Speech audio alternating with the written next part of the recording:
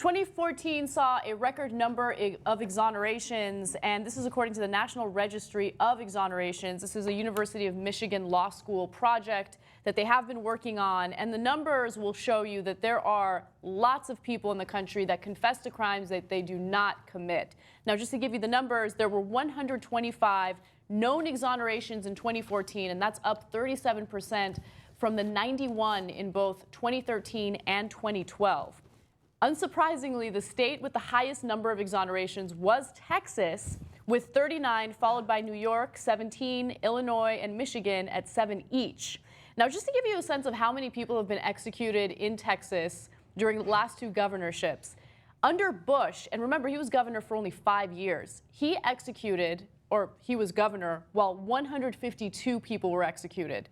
Perry, 278. It's unbelievable. So more than 2 a month were executed under George Bush. It's amazing.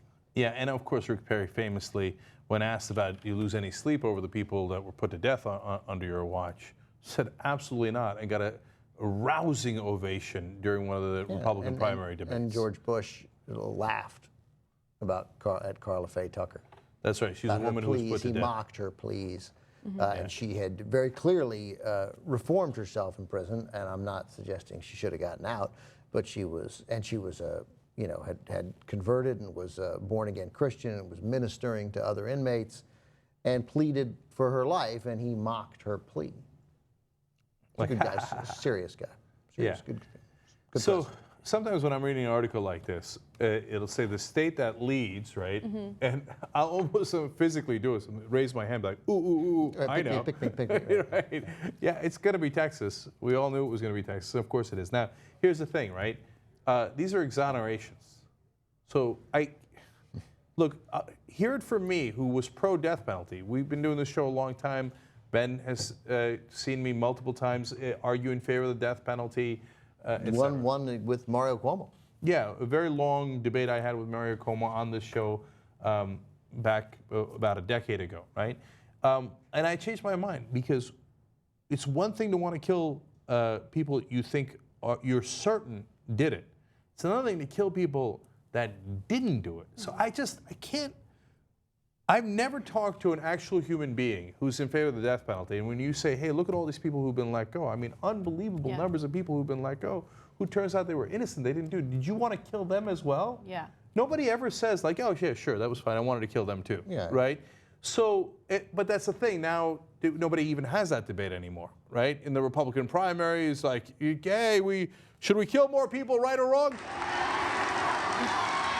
And then, because of Dukakis, the Democrats run for the hill, right? They don't want to talk about the death penalty, and so we don't have the debate. But this is ridiculous. How can you be in favor of killing innocent people? I know, but oftentimes the question isn't framed the way that you framed it, right? No one ever asks, would you execute someone right or wrong, right? We don't have the discussion on how many people get exonerated. We don't talk about how many wrongful convictions there are. We don't talk about how many innocent people have already been executed for crimes they did not commit, right? Those facts never come up. All the issues and debates are very black and white, and that's the problem. Like, Republicans want to seem like they're tough on crime, and so they're like, yeah, pro-death penalty. They don't talk about nuance, and that's a really big issue.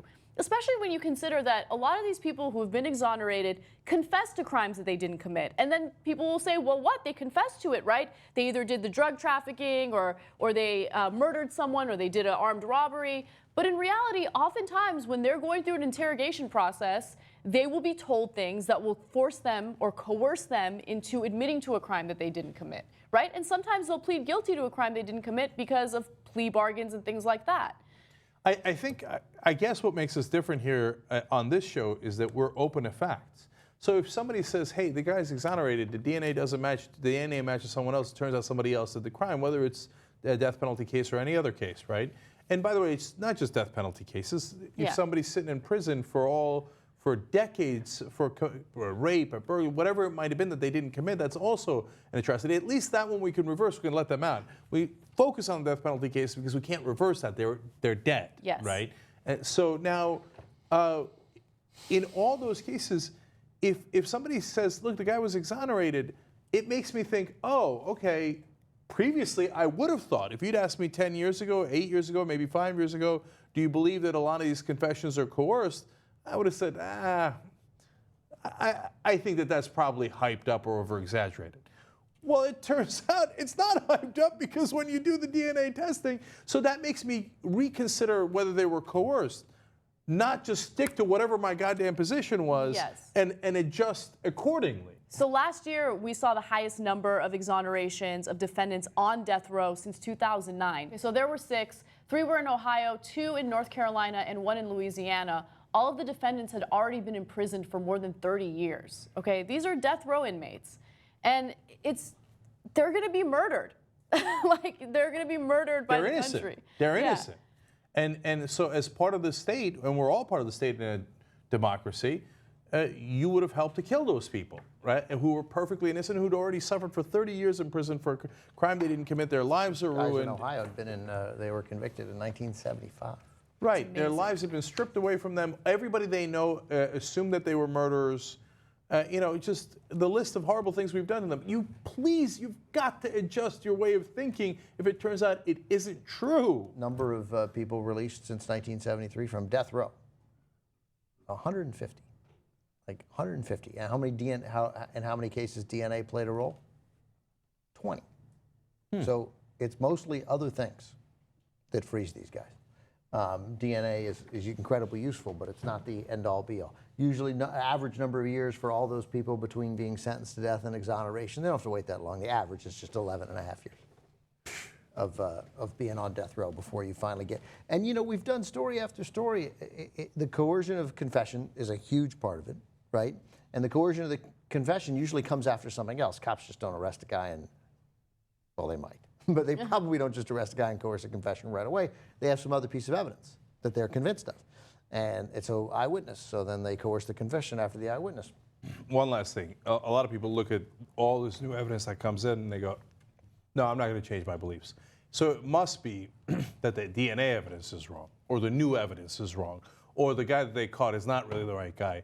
We must have had the right guy, because they're not going to change their opinion, whether it's the death penalty or anything else. So they're like, okay, I'm just going to warp the facts to suit my belief rather than change my belief to suit the facts. That's right.